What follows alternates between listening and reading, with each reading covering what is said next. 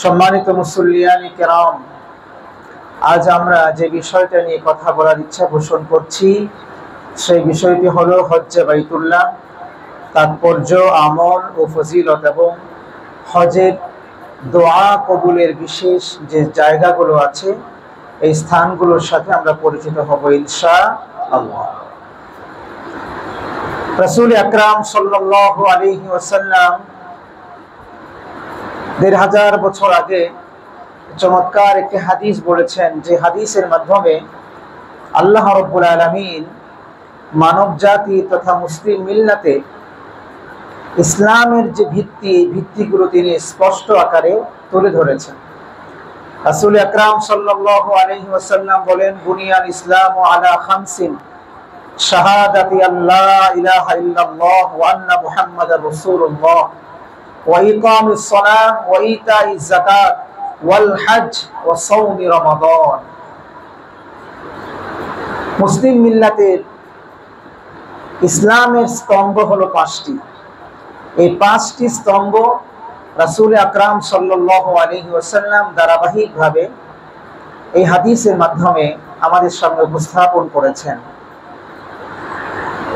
বড় চমৎকার বিষয় হলো আল্লাহ তাআলা এই ৫টি স্তম্ভকে যেভাবে আমাদের জন্য সাজিয়েছেন, কেউ যদি এই বিষয়টা একটু লক্ষ্য করে দেখবে, একজন বান্দা জান্নাতে যাওয়ার জন্য আল্লাহ তাআলাই কিভাবে বান্দাকে ধরে ধরে তার পথ নির্দেশিকা দিয়েছেন, যেন এই পথে তুমি যদি এভাবে আসতে থাকো, ৫টি খুঁটিকে তুমি যদি সুন্দরভাবে ধারণ করো, তাহলে তুমি এই ৫টি খুঁটির মাধ্যমেই আমার যে জান্নাত তোমার জন্য আমি বানিয়েছি, এই জান্নাতে তুমি মেহমান হয়ে যেতে পারবে। সুবহানাল্লাহ। দেখেন, আল্লাহ তাআলা ইসলামের ৫টি খুঁটির মধ্যে যে প্রথম যেটা, এটা হলো কালিমা তথা ঈমান গ্রহণ করা। একজন বান্দা তার রবের কাছে ঈমান গ্রহণ করে অবনত মস্তক দিয়ে সে প্রথমে বলছে, আল্লাহ তোমাকে আমি ভালোবাসি, তোমাকে আমি মেনে নিয়েছি। রবের সাথে তার গোলামের একটি প্রেমের, একটি ভালোবাসার সম্পর্কের সূচনা করে। এই প্রেম এবং ভালোবাসার সূচনার মধ্য দিয়ে একজন বান্দা যখন চায় তার রবের সাথে এই সম্পর্ক, এই ভালোবাসা, এই প্রেমকে জারি রাখবে, স্থায়ী করবে, তখন প্রেম এবং ভালোবাসাকে স্থায়ী করার জন্য গোলাম রবের পক্ষ থেকে গোলামের জন্য যে নির্দেশনা আছে, এই নির্দেশনাগুলো সে চাইবে খুব ভালোভাবেই আমল করার জন্য, কারণ এর মাধ্যমেই তার মনিবকে সে খুশি করতে পারবে। ঠিক কিনা ভাই? এর প্রথম হলো কালিমা, প্রেমের সূচনা। প্রেমের সূচনার পরে হলো নামাজ। আল্লাহ দেখেন কত সুন্দরভাবে আমাদেরকে এই সিস্টেমগুলো দিয়েছেন। নামাজ কেমন যেন এমন, সে যে তার রবকে ভালোবাসে, এই ভালোবাসার বহিঃপ্রকাশ। ৫ ওয়াক্ত মসজিদ থেকে যখন আযান হয়, হাইয়া আলাস সালাহ, হাইয়া আলাল ফালাহ, আসো নামাজের দিকে, আসো কল্যাণের দিকে। যখন মুয়াজ্জিন মসজিদ থেকে ডাকে, দুনিয়ার সমস্ত ঝামেলাকে পিছনে ফেলে দিয়ে আল্লাহর ভালোবাসাকে প্রাধান্য করে আল্লাহকে ভালোবাসার সেই বহিঃপ্রকাশ করার জন্য আল্লাহর গোলাম সব ফেলে দিয়ে আল্লাহর ঘরে এসে হাজিরে দেয়, তার ভালোবাসার জানান দেয়। এটা যখন শেষ হয়ে যায়, তখন দেখা যায় একজন মানুষ এই ভালোবাসা আস্তে আস্তে আস্তে আস্তে যখন গভীর থেকে গভীরতর হতে থাকে, গোলাম দুনিয়ার সহাস্য বদলে শারীরিক সমস্ত কষ্টকে মারিয়ে, দুনিয়ার খাদ্যের এবং খোদার সমস্ত কষ্টগুলোকে পেছনে ফেলে রবের জন্য সে এখন সিয়াম পালন করতে থাকে, রোজা পালন করতে থাকে। মাত্র উদ্দেশ্য হলো কাকে খুশি করা? এটা আওয়াজ করে বলেন, আল্লাহকে খুশি করা। কমপক্ষে ১ মাস সিয়াম সাধনার পরে বান্দা এবার দেখে তারপরেও মালিক তার প্রতি কোনো না কোনো কারণে রাগ করে আছে, গোসা করে আছে। তার সাথে তো তার মালিকের প্রেমের সম্পর্ক হয়েছে কালিমার মাধ্যমে। এই সম্পর্ক টিকিয়ে রাখার জন্য, জিইয়ে রাখার জন্য ৫ ওয়াক্ত সালাত করছে। এই সম্পর্ক আরো ভালোবাসা, আরো দৃঢ় গভীর হওয়ার জন্য সে এখন সিয়াম পালন করছে। তারপরেও যখন রব কোনো না কোনো কারণে, ত্রুটি বিচ্যুতির কারণে যখন তার প্রতি রব যখন গোসা করে বসে, আল্লাহ তাআলা যখন তার প্রতি রাগ করে বসে, এই রাগকে দমন করার জন্য তার কষ্টে অর্জিত সম্পদ, এই সম্পদগুলোকে অকাতরে রবের তরে বিলিয়ে দেয়, তার মানে যাকাত আদায় করে। ঠিক কিনা ভাই? এই যাকাত আদায় করার পরেও মহান রব্বুল আলামিনের সাথে যখন তার সম্পর্ক আরো গভীর হয়ে যায়, স্বাভাবিকভাবেই যখন সম্পর্ক যখন গভীর হয়, তখন ওই সম্পর্কের লোকের সাথে সাক্ষাতের খুব প্রয়োজন বোধ করে। যখন সেই সম্পর্কের লোকের সাথে সাক্ষাতের প্রয়োজন আমরা আমাদের দুনিয়ার হাইসিয়াতে বোধ করি, তো মহান সৃষ্টিকর্তা মহান রব্বুল আলামিনের সাথে যখন আমার কালিমার মাধ্যমে প্রেম আর ভালোবাসার সম্পর্কের সূচনা হয়েছিল, নামাজের মাধ্যমে যখন এটা জারি হয়েছিল, রোজার মাধ্যমে যখন সম্পর্ক দৃঢ় হয়েছিল, যাকাত আদায়ের মাধ্যমে যখন সম্পর্ককে আরো মজবুত করেছে, তখন বান্দা সেই রবের সান্নিধ্য পাওয়ার জন্য পরিবার পরিজন, স্ত্রী পুত্র সন্তান, বাবা মা, দেশ সব ছেড়ে দিয়ে সেই হেজাজের ভূমি মক্কার পানে কেমন যেন সেই দুই কাপড় পরিধান করে, কেমন যেন মৃত্যু মুখে অভিযাত্রী হয়ে, একেবারে কেমন যেন মৃত্যুর সম্পূর্ণ প্রস্তুতি গ্রহণ করে, পরিবারকে বিদায় জানিয়ে, দেশকে বিদায় জানিয়ে, নিজের মাতৃভূমিকে বিদায় জানিয়ে আল্লাহর পানে ছুটে চলে। কেমনে যায়? সেখানে খালি পা, খালি মাথা, এক পাগলের আবেশ, পাগলের মতো করে মহান রবকে শুধু তালাশ করতে থাকে, আর আল্লাহর ঘরে গিয়ে আল্লাহর ঘর তাওয়াফ করতে থাকে। কেমন যেন বলতে থাকে, আল্লাহ, দুনিয়ার ফ্ল্যাট আমার দরকার নেই, দুনিয়ার প্লটে আমার দরকার নেই, রেজিগনেশনের আমার দরকার নেই, ডিগ্রি আমার দরকার নেই, আমার সম্মান মর্যাদার ইজ্জতের কিচ্ছু দরকার নেই। তোমার পেছনে আমি চলে এসেছি, আমি তোমার পিছনে ঘুরতে চাই, তোমার ঘরে তাওয়াফ করতে চাই, আমি তোমার সান্নিধ্যে এসেছি, দয়া করে রব তুমি আমাকে সান্নিধ্য দান করো। সুবহানাল্লাহ। এই জন্য মালিকের কাছে চরম বহিঃপ্রকাশ প্রেমের, কালিমার মাধ্যমে সেই প্রেমের যখন সূচনা হয়, হজের মাধ্যমে সেই প্রেমের শেষ হয়। বান্দা সেখানে গিয়ে সাফায় দৌড়ায়, মালিককে খুঁজে। বান্দা সেখানে গিয়ে মারওয়াতে দৌড়ায়, মালিককে খুঁজে, খুঁজে যেন পায় না। বান্দা সেখানে গিয়ে মুলতাজামে গিয়ে লটকায়, আর মালিককে খুঁজে। বান্দা সেখানে গিয়ে কাবার চৌখাটে পড়ে থাকে, মালিককে খুঁজে। মালিকের ঘরের চতুর্পাশ প্রদক্ষিণ করতে থাকে, যেখানে জায়গা পায় সেখানেই ধরে, কেমন যেন মালিককে স্পর্শ করে বলতে চায়, আল্লাহ তোমার ঘরে আমি হাজিরা দিয়ে ফেলেছি। ও আল্লাহ, লাব্বাইক আল্লাহুম্মা লাব্বাইক, লাব্বাইক লা শারীকা লাকা লাব্বাইক, ইন্নাল হামদা ওয়ান নি'মাতা লাকা ওয়াল মুলক। জানেন, এই শব্দ বলে, এই শব্দগুলো বলে, এই শব্দগুলো পড়ে, এই শব্দগুলো হৃদয়ে ধারণ করে আপনি মহান আল্লাহ তাআলার কাছে কি বলছেন আপনি জানেন? আল্লাহর কাছে কেমন যেন শুধুমাত্র আল্লাহ চাননি, এই কথাই আল্লাহ চাননি যে বান্দা হজে আসছো আর এই শব্দটা পড়ো। এটা চাইলে আল্লাহ তাআলা একবারই বলাইতে পারতেন। আল্লাহ তাআলা যোহরের নামাজের ওয়াক্ত যখন হয়, যোহরের নামাজ বারবার করতে হয় না, একবার পড়লেই ফরজ আদায় হয়, শেষ হয়ে যায় জিম্মা। আসরের নামাজের ওয়াক্ত যখন হয়, আসরের নামাজ কেবল একবার পড়লেই জিম্মা শেষ হয়ে যায়। হজ যখন ফরজ হয়, হজের তালবিয়া একবার পড়লেই শেষ হয়ে যাওয়ার কথা ছিল, কিন্তু আল্লাহ তাআলা একবারের জন্য বলেননি। যতক্ষণ তোমার শক্তি সামর্থ্য আছে, চুপি চুপি বলবে না, জোরে জোরে বলবা, আমার বহত্বের ঘোষণা বারবার করবে। কি শিক্ষা দিচ্ছেন আল্লাহ তাআলা আপনাকে আমাকে? একবারও কি আমরা কল্পনা করেছি? আমরা বলছি, আল্লাহ বলাচ্ছেন লাব্বাইক। আল্লাহ তাআলা তোমার যে কোনো কাজ, যে কোনো কর্মে, যে কোনো আদেশ, যে কোনো নিষেধ, যে কোনো সময়, যে কোনো ভাবে আমার উপর যখন অর্পিত হবে, আমি বান্দা তোমার সেই কথার উপর লাব্বাইক। আমি তো আর আপনি তো শুধু খেয়াল করছি আল্লাহর ঘরে হাজিরা দিচ্ছি, সেজন্য আল্লাহ বোধহয় পড়াচ্ছেন লাব্বাইক, হাজির হয়ে গেছি। এই কথাকে আরো তিনটি অর্থ রয়েছে। এই কথাকে আল্লাহ সুবহানাহু ওয়া তাআলা বান্দার মাধ্যমে কেন প্রকাশ করাচ্ছেন? আল্লাহ শিখাচ্ছেন, দিলে বসাচ্ছেন। হজ করতে গিয়ে যে শিক্ষা তোমাকে দিয়ে যাচ্ছি আমি, এই শিক্ষা তোমার দেশ পর্যন্ত যাবে, মরণ পর্যন্ত তোমার কাছে থাকবে। লাব্বাইক তার অর্থ কি? লাব্বাইকের মৌলিক অর্থ তো হলো, আমার আদেশ যখন তোমার সামনে উপস্থিত হবে, আমার নিষেধ তোমার সামনে যখন উপস্থিত হবে, তখন সব তোমার মাথায়, তোমার ব্রেইনে যখন এটা আসবে, তোমার মাথায় যখন এটা আসবে, এটা আল্লাহর আদেশ, এটা আল্লাহর নিষেধ, সঙ্গে সঙ্গে তোমার জবান দিয়ে বের হবে লাব্বাইক। আল্লাহ তোমার আদেশ আমি পেয়েছি, আমার কোনো যুক্তি আমি উপস্থাপন করতে চাই না। তোমার নিষেধ আমি পেয়েছি, আমার কোনো যুক্তি উপস্থাপন করতে চাই না। তোমার আদেশ আর তোমার নিষেধের সামনে আমার স্ত্রী যদি বিরোধ হয়, এতে আমার কিচ্ছু যায় আসে না। আমার বাবা মা যদি বিরোধ হয়, এতে আমার কিচ্ছু যায় আসে না। কোন স্ত্রীদের কোন স্বামী যদি বিরোধ হয়, তাতে স্ত্রীর কিচ্ছু যায় আসে না। পরিবার যদি বিরোধ হয়ে যায়, তাতে কিচ্ছু আসে যায় না। রবের হুকুম আছে, রবের নিষেধ আছে, শিক্ষা একটাই, লাব্বাইক।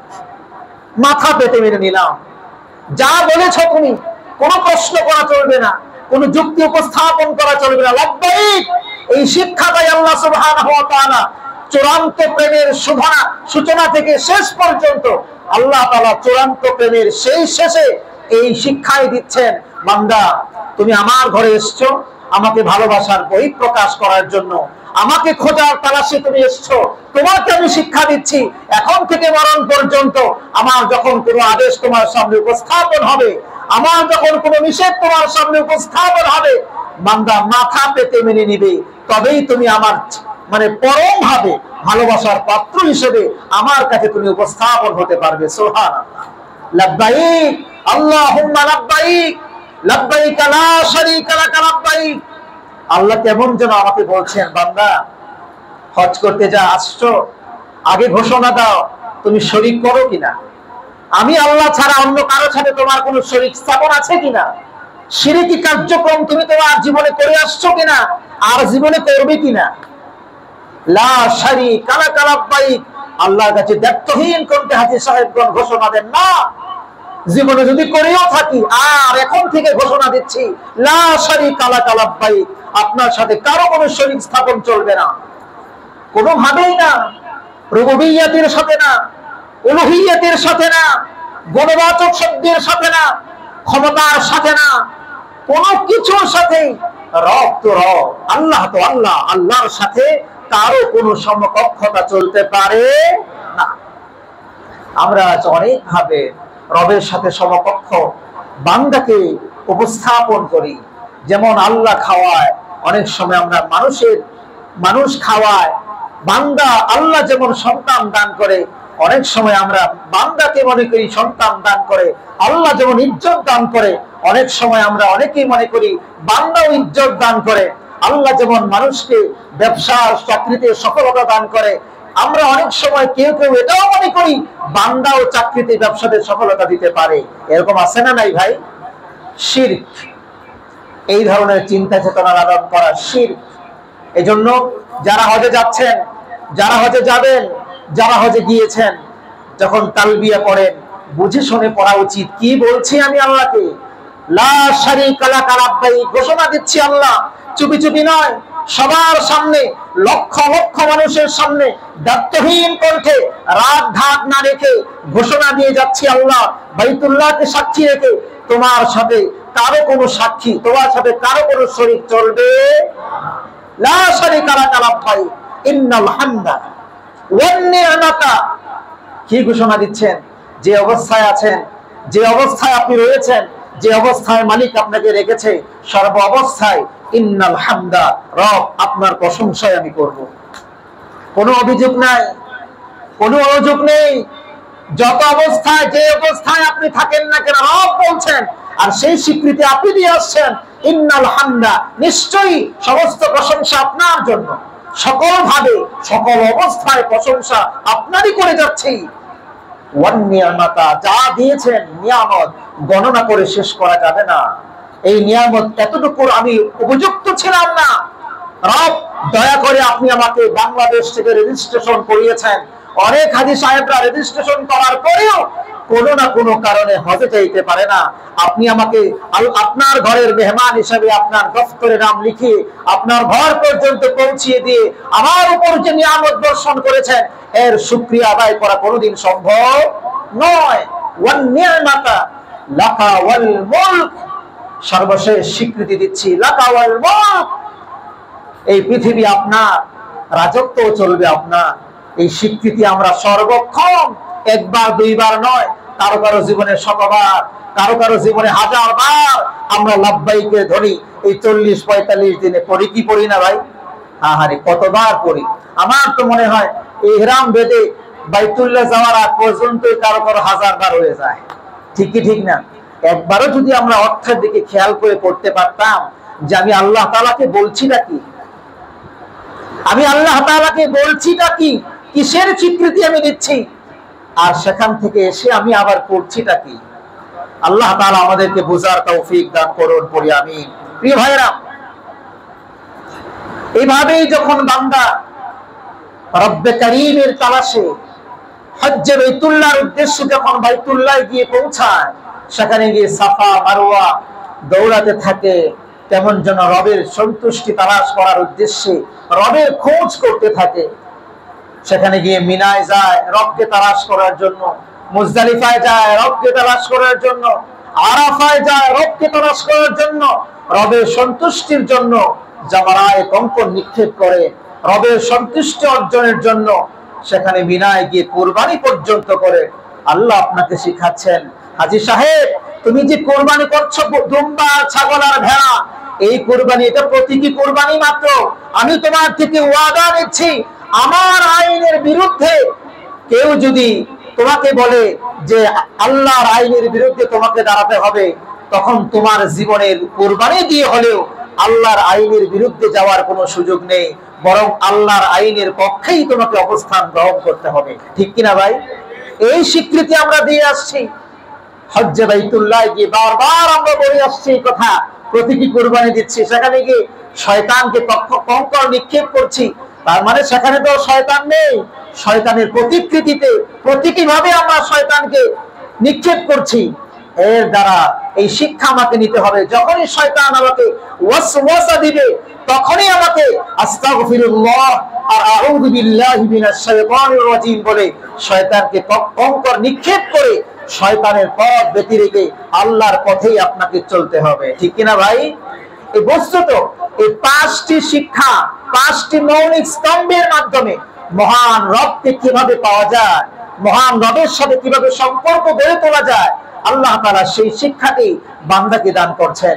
শেষ যখন হয়ে যায়, হজ যখন শেষ হয়ে যায়, আল্লাহর কেমন যেন বান্দাকে ডাক দিয়ে বলেন, বান্দা ঈমানের মাধ্যমে আমার সাথে তুমি সম্পর্ক গড়েছিলে, প্রেমের সম্পর্ক, হজ্জের মাধ্যমে আমার আর তোমার সম্পর্ক শেষ হয়ে গেল।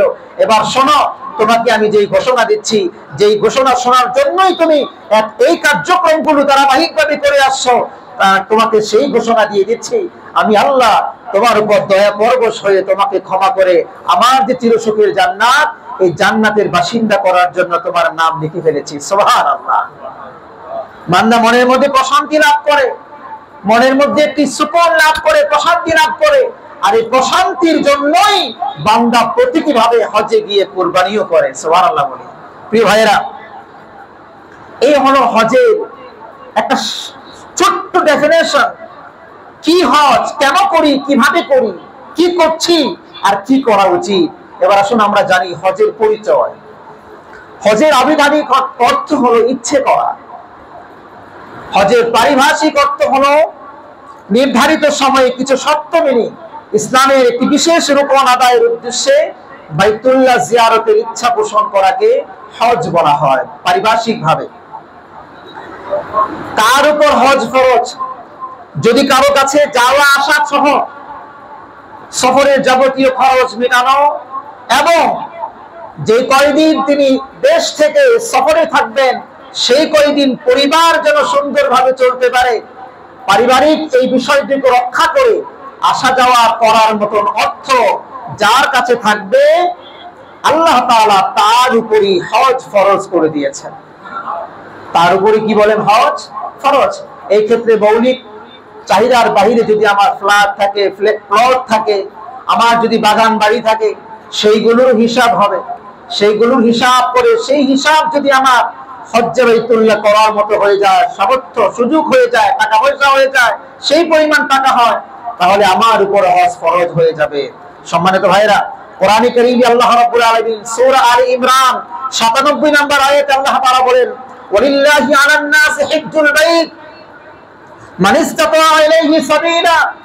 মানুষের মধ্যে যারা এখানে সেখানে পৌঁছার সামর্থ্য রাখে, তাদের উপর আল্লাহ তাআলা এই ঘরের হজ করা তাদের জন্য ফরজ করে দিয়েছেন। সুবহানাল্লাহ। যারা সামর্থ্য রাখে এখানে পৌঁছতে পারবে, এতটুকু টাকা পয়সা যার কাছে আছে, মহান রব্বুল আলামিন বলেন তার জন্য হজ করা ফরজ।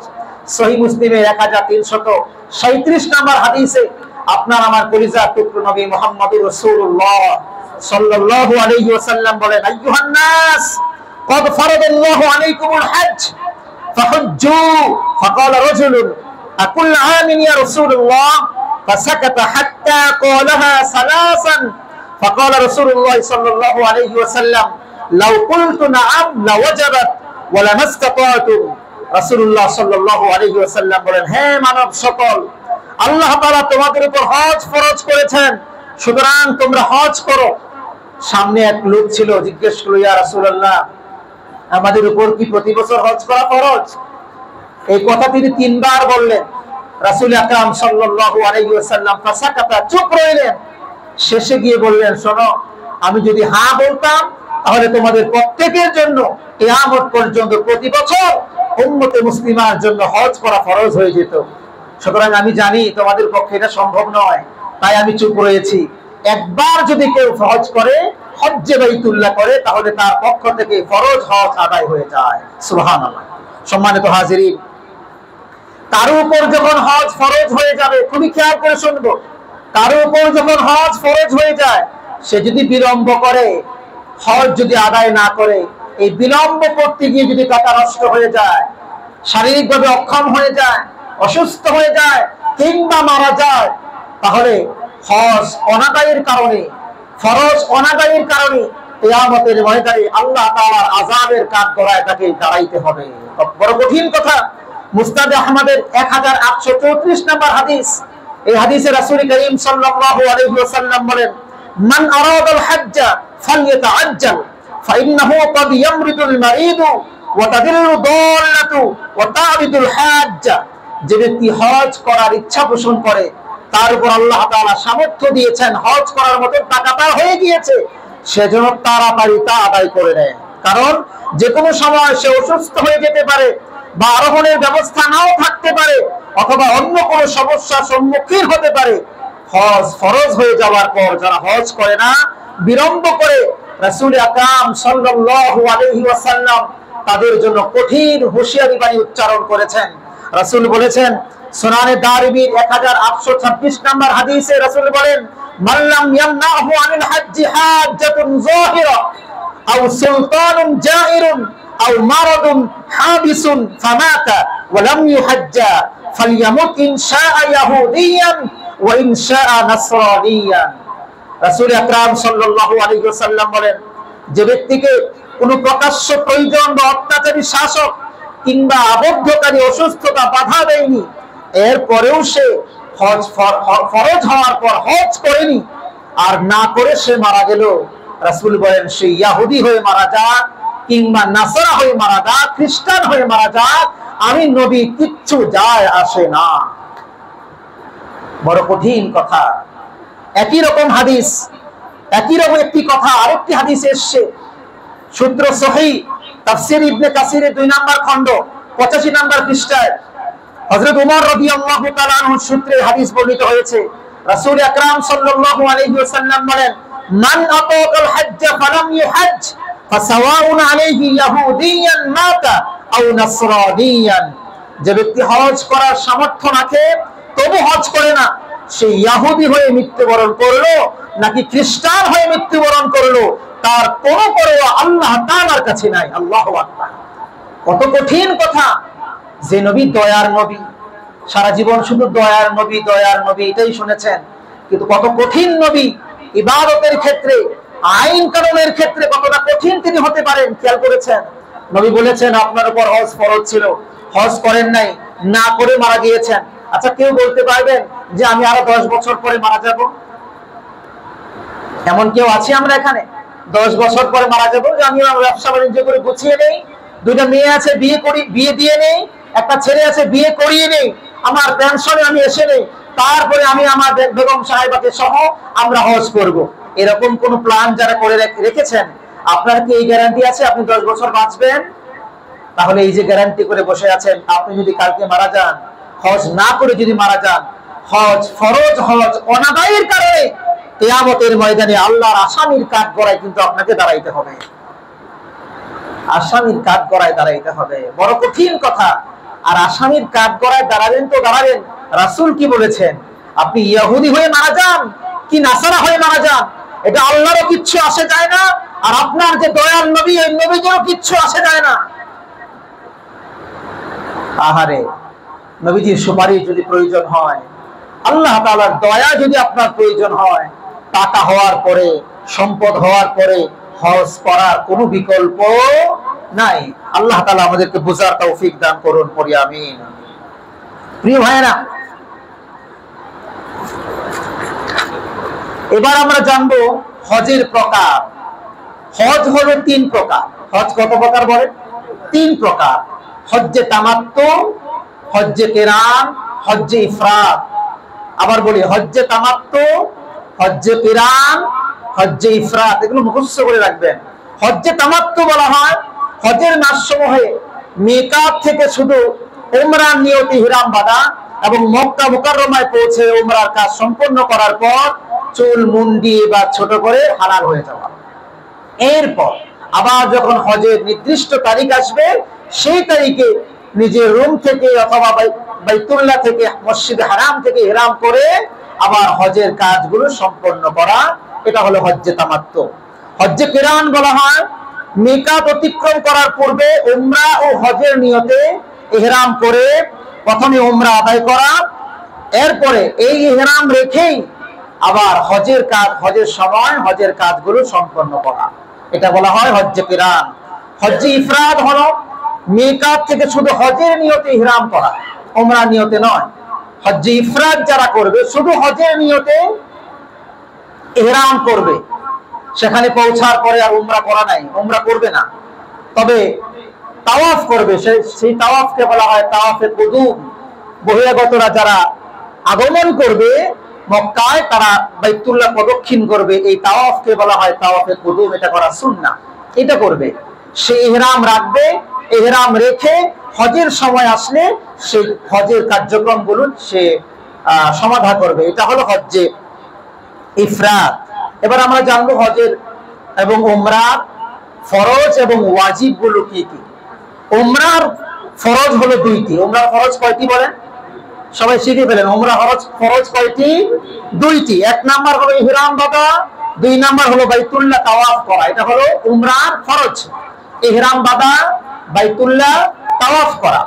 উমরার ওয়াজিবও 2টি। উমরার ওয়াজিব কয়টি? 2টি। 1 নাম্বার সাফা মারওয়া সাই করা, 2 নাম্বার হলো মাথার চুল মুন্ডন করা অথবা ছেটে ছোট করা। এটা হলো উমরার ওয়াজিব। হজের ফরজ হলো 3টি। হজের ফরজ কয়টি? 3টি। 1 নাম্বার ইহরাম বাঁধা, 2 নাম্বার উকুফে আরাফা করা, 3 নাম্বার হলো তাওয়াফে জিয়ারত করা। 1 নাম্বার ইহরাম বাঁধা, 2 নাম্বারে উকুফে আরাফা করা, 3 নাম্বারে হলো তাওয়াফে জিয়ারত করা। হজের ওয়াজিব হলো 6টি। হজের ওয়াজিব কয়টি বলো? 6টি। 1 নাম্বার হলো মুজদালিফায় অবস্থান করা, এটা হজের ওয়াজিব। 2 নাম্বার ওয়াজিব হলো সাফা মারওয়া সাই করা। 3 নাম্বার ওয়াজিব হলো নির্দিষ্ট দিনগুলোতে নির্ধারিত সময়ে জামায়ে কঙ্কর নিক্ষেপ করা। 4 নাম্বার ওয়াজিব হলো তামাত্তু এবং কিরান আদায়কারীদের জন্য হজের কুরবানি করা। ইফরাদ যারা করবে তাদের কুরবানি নাই। 5 নাম্বার হলো মাথার চুল মুন্ডানো বা ছেটে ছোট করা, এটা হজের ওয়াজিব। 6 নাম্বার ওয়াজিব হলো মিকাতের বাহিরের লোকদের জন্য তাওয়াফে বিদা করা, বিদায়ে তাওয়াফ করা, এটা হলো ওয়াজিব। এবার আসুন আমরা সংক্ষেপে জানি হজের দিনের মৌলিক কি কাজ। হজের মোট 5 দিন। এই 5 দিনের মৌলিক কাজগুলো বিস্তারিত বলার সময় নেই, আমি মৌলিক ভাবে বলে নিচ্ছি। বাকি যারা হজে যাবেন এই মৌলিক ঠিক রেখে আপনি আপনার যে মুআল্লিম আছে, মুআল্লিমের কাছ থেকে বিস্তারিত আপনি জেনে নিয়ে আমল করবেন ইনশাআল্লাহ। 8 জিলহজ মিনায় অবস্থান করা হজের প্রথম কাজ। 8 জিলহজ ইহরাম করে মিনায় অবস্থান করা। 9 জিলহজ উকুফে আরাফা করা, আরাফার ময়দানে অবস্থান করা। সেখানে অবস্থান যারা করবে আরাফা, আল্লাহ রাসূল সাল্লাল্লাহু আলাইহি ওয়াসাল্লাম বলেছেন আল হজ্জু আল আরাফা, আরাফাই হলো হজ। হজের বড় ফরজ হলো আরাফা। আরাফায় অবস্থান করে এখানে আপনি খোলা ময়দানে আল্লাহ তাআলার কাছে নিজের গুনাহের কথা বলবেন, আল্লাহ তাআলার কাছে নিজের দু চোখের পানি ফেলে দিয়ে আপনি সেখানে মাফ করাবেন। দোয়া কবুলের বিশেষ এক জায়গা, আমরা দোয়া কবুলের জায়গার মধ্যে এই কথাটি বলবো ইনশাআল্লাহ। খুবই গুরুত্বপূর্ণ আরাফার জায়গা। এই আরাফা মাগরিবের ওয়াক্ত যখন হয়ে যাবে, মাগরিবের ওয়াক্ত হয়ে যাওয়ার পরে মুআল্লিমগণ নিজ নিজ জিম্মায় তাদের কাফেলাকে মুজদালিফার দিকে নিয়ে আসবে। মাগরিবের পরে আসতে যতক্ষণ লাগে, রাত 9টা বাজুক, 8টা বাজুক, 10টা বাজুক, যখন আসবে মাগরিব এবং ইশা এক আযান এক ইকামতে জামাতে আদায় করবে মুজদালিফার ময়দানে। যখন আদায় করবে তখনই মাগরিবের ওয়াক্ত। সুবহানাল্লাহ বলেন। স্বাভাবিকভাবে আমরা কি জানি মাগরিবের ওয়াক্ত বেশিক্ষণ থাকে না, অল্প সময়ের মধ্যে মাগরিব শেষ করতে হয়। কারণ হলো রবের সিদ্ধান্ত এটা এখানে এরকম। আর সেইটা মাগরিবের ওয়াক্ত যখন আপনি আরাফা থেকে মুজদালিফায় পৌঁছতে পারেন তখনই আপনার মাগরিবের ওয়াক্ত। কেন? রবের সিদ্ধান্ত তখন সেই রকম। সুবহানাল্লাহ পড়ে। আপনি যদি 12টা বাজে পৌঁছতে পারেন, কোনো কারণে জ্যামের কারণে আসতে পারেন নাই, মাগরিবের ওয়াক্ত তখন 12টা বাজে আপনার জন্য। কি নিয়ামত আল্লাহ তাআলা দান করেছেন। সুতরাং বোঝা গেল সবকিছু আপনার আল্লাহ তাআলার হুকুমের উপরেই নির্ধারিত। রব যেটাকে যখন হুকুম করেছেন তখন সেটা সেইভাবেই আদায় করা, এর নামই হলো আল্লাহর গোলামি করা। তখন সেখানে মুজদালিফায় এসে মুজদালিফা ওকুফে মুজদালিফা করা, এই 9 জিলহজের কাজ। 10 জিলহজ ধারাবাহিকভাবে 3টি কাজ করতে হয়, এটা ওয়াজিব। ধারাবাহিকতা রক্ষা করাও ওয়াজিব। 1 নম্বরে হলো জামারায়ে আকবায়ে কঙ্কর নিক্ষেপ করা, 7টি কঙ্কর বড়টায়। তারপরে 2 নম্বরে কুরবানি করা, সিরিয়াল মেইনটেইন করে করতে হবে, সিরিয়াল মেইনটেইন করাটাও আপনার উপর ওয়াজিব। 3 নম্বরে হলো মাথা মুন্ডানো বা চুল ছোট করা, এই সিরিয়াল মেইনটেইন করা। 4 নম্বরে 10 জিলহজের কাজ, 4 নম্বর হলো তাওয়াফে জিয়ারত করা। 11 এবং 12 জিলহজ ছোট, বেঝো এবং বড় জামারাতে 7টি করে কঙ্কর নিক্ষেপ করা। 13 জিলহজ আপনি 12 তারিখ সূর্যাস্তের পূর্বে বা 13 তারিখ পাথর মারার পর মিনা থেকে সামানপত্র নিয়ে আপনি মক্কায় ফিরে যাবেন। মৌলিক যে কাজ, এই আনুষ্ঠানিকতা হজের মোটামুটি শেষের দিকে। এবার এসে আপনি তাওয়াফে জিয়ারত করবেন। তাওয়াফে জিয়ারতের পরেই যখন আপনি যে কোনো তাওয়াফ করবেন, নফল তাওয়াফ হোক, এই তাওয়াফে জিয়ারতের পরে যে কোনো তাওয়াফ করলেই সেটা বিদায়ী তাওয়াফের স্থলাভিষিক্ত হয়ে যায়।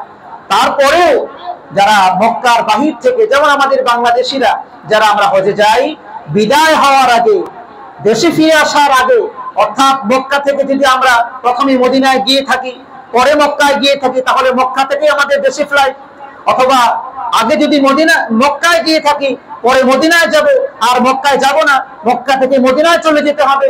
সুতরাং মক্কা দেখতে পাবো না, মক্কা আর আসবো না, এই নিয়ত করে আবার বিদায়ী তাওয়াফ করা, এটা উত্তম। এই কাজ আমরা করব। সম্মানিত হাজিরিন, সংক্ষিপ্ত ভাবে আমরা জানবো সুনানে হজের কি ফজিলত। আমরা এতক্ষণ হজের আনুষ্ঠানিকতা কি খুবই সংক্ষিপ্ত ভাবে মৌলিক কথাগুলো আমরা বলে দিয়েছি। এবার আমরা জানবো হজের ফজিলত। সুনানে তিরমিজি 811 নম্বর হাদিসে সরকারে দু আলম নবী মুহাম্মদ রাসূলুল্লাহ সাল্লাল্লাহু আলাইহি ওয়াসাল্লাম বলেন, মান হাজ্জা ফালাম ইয়ারফুস ওয়া লাম ইয়াফসুক গুফিরা লাহু মা তাকদ্দামা মিন যামবি। যে ব্যক্তি হজ করে তাতে কোনো রূপ অশ্লীল এবং অন্যায় কাজ করে না, আল্লাহ রাব্বুল আলামিন তার পূর্ববর্তী জীবনের সকল গুনাহগুলোকে মাফ করে দেন। সুবহানাল্লাহ। সহিহ বুখারীর 1521 নম্বর হাদিসে রাসূল আকরাম সাল্লাল্লাহু আলাইহি ওয়াসাল্লাম ইরশাদ করেন, মান হাজ্জা বিল্লাহ ফালাম ইয়ারফুস ওয়া লাম ইয়াফসুক রাজাআকা ইয়াউমিন ওয়ালাদাতহু উম্মুহু। যে ব্যক্তি হজ করলো আল্লাহর জন্য, সেখানে কোনো অশ্লীল কাজ, কোনো গুনাহের কাজ করলো না, তো সেই ব্যক্তি ওই দিনের মতো নিষ্পাপ হয়ে যায়, আল্লাহর ঘর থেকে ফিরে আসে ওই দিনের মতো নিষ্পাপ হয়ে যেদিন সে তার মার গর্ভ থেকে ভূমিষ্ঠ হয়েছিল। সুবহানাল্লাহ। তার জীবনে কোনো গুনাহ আল্লাহ রাখেন না।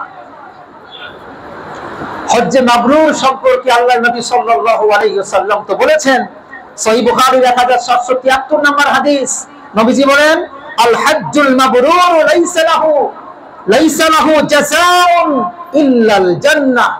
রাসূল আকরাম সাল্লাল্লাহু আলাইহি ওয়াসাল্লাম বলেন, যার হজ্জে মাবরুর নসিব হয়েছে, যার হজ্জে মাবরুর হয়েছে, তার জন্য আল্লাহর পক্ষ থেকে কোনো প্রতিদান নাই, একমাত্র প্রতিদানই হলো জান্নাত। সুবহানাল্লাহ। অন্য কোনো সওয়াব তওয়াবের কোনো প্রতিদান নাই যে তারে 1000 সওয়াব দেওয়া হবে, 1 লক্ষ নেকি দেওয়া হবে, এরকম কিছু নয়। বরং নবীজি বলেন, যার হজ্জে মাবরুর নসিব হয়েছে, মহান রব্বুল আলামিন তারে একটাই পুরস্কার দিবেন, এই পুরস্কার হলো জান্নাত দিয়ে দিবেন। সুবহানাল্লাহ, সুবহানাল্লাহি বিহামদি, সুবহানাল্লাহিল আযীম। হজ্জে মাবরুর এটা কি জিনিস? আমরা তো জেনেছি হজ 3 প্রকার, তামাত্তু, কিরান আর ইফরাদ, কিন্তু মাবরুর কি জিনিস? মাবরুর হলো 3 জিনিস, 3টি কাজ করা, 3টি কাজ না করা। এই মোট 6 বিধিবিধানের নাম হলো মাবরুর। কি কাজ? 1 নাম্বার হলো আপনি যখন ইহরাম করবেন তখন থেকে নিয়ে আবার আপনার গ্রামে আপনার বাড়িতে ফিরে আসা পর্যন্ত সবার সাথে ভালো আচরণ করা। 1 নাম্বার। ঠিক আছে, কি করা? কোনোভাবেই আপনি খারাপ আচরণ করতে পারবেন না, একেবারে ভালো আচরণ, যত কষ্টই আপনার হোক না কেন। যদি আপনি হজ্জে মাবরুর চান তবে আপনার ভালো আচরণ করতে হবে। 2 নাম্বার, অন্যের প্রতি কর্তব্য পালন করা। অন্যের প্রতি আপনার যে কর্তব্য, সে করলো কি করলো না দেখার বিষয় নেই, আপনি করতে হবে, কারণ হজ্জে মাবরুর আপনার দরকার। 3 নাম্বার হলো অন্যের অধিকার পূরণ করা। অন্যের যে অধিকার আছে এই সফরে, এই অধিকার পূরণ করা, এই 3টি কাজ করা।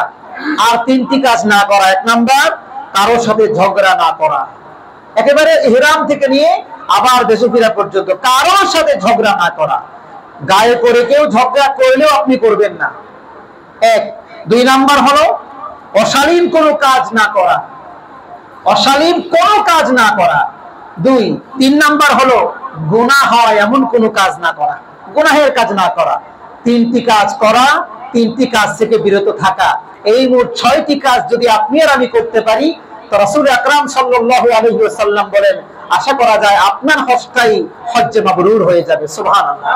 আর রাসূল তো বলে দিয়েছেন, কেউ যদি কারো নসিব যদি হজ্জে মাবরুর হয়ে যায় তো আল্লাহ তাআলা প্রতিদান একটাই দিবেন, জান্নাত দিয়ে দিবেন। সুবহানাল্লাহ।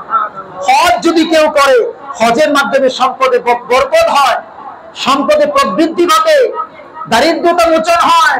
আমরা অনেকে মনে করি টাকা নষ্ট হয়ে যাচ্ছে, বোধহয় টাকার বরকত, সম্পদ কমে যাবে। না, রাসূল কি বলেছেন? তিরমিজি, সুনানে তিরমিজির 810 নম্বর হাদিস, রাসূল বলেন, তাবিউ বাইনাল হজ্জ ওয়াল উমরা ফাইন্নাহুমা ইয়ানফিয়ানুল ফাকর ওয়াজ যুনুব।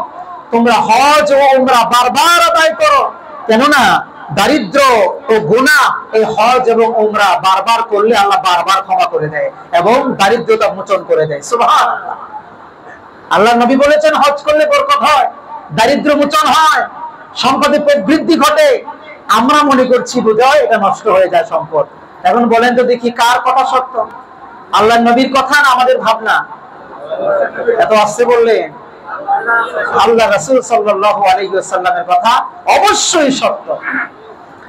হজরে আসওয়াদ এবং রুকনি ইয়ামানি এর স্পর্শ করলে আল্লাহ তাআলা গুনাহ মাফ করে দেন। সুনানে তিরমিজি 959 নম্বর হাদিসে রাসূল আকরাম সাল্লাল্লাহু আলাইহি ওয়াসাল্লাম বলেন, ইন্নামাস সাহমা কাফারাতুন লিল খাতায়া। হজরে আসওয়াদ এবং রুকনি ইয়ামানি যদি কেউ স্পর্শ করে রবের কাছে ক্ষমা চায় তো আল্লাহ তাআলা তার পাপসমূহ মুছে দেন। সুবহানাল্লাহ। হজরে আসওয়াদ কি, কোন জিনিস, কোন জায়গায় অবস্থিত? হজরে আসওয়াদ হলো কাবা শরীফের দরজার বাম পাশে দক্ষিণ পূর্ব কোণে মাথার থেকে 4 ফুট উঁচুতে কাবার দেয়ালে যে একটি কালো পাথর প্রতিস্থাপিত আছে, এটা হলো হজরে আসওয়াদ।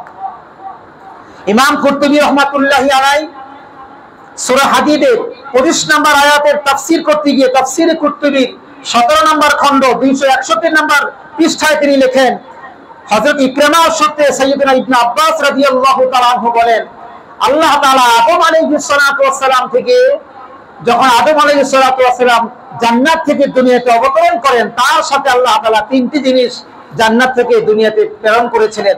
এর মধ্যে একটা হলো হজরে আসওয়াদ, এর মধ্যে একটি কি বলেন? হজ্জে আসওয়াদ। এটা মূলত হজরে আসওয়াদ ছিল না, হজরে আবিয়াদ ছিল, বরফের চাইতেও সাদা ছিল।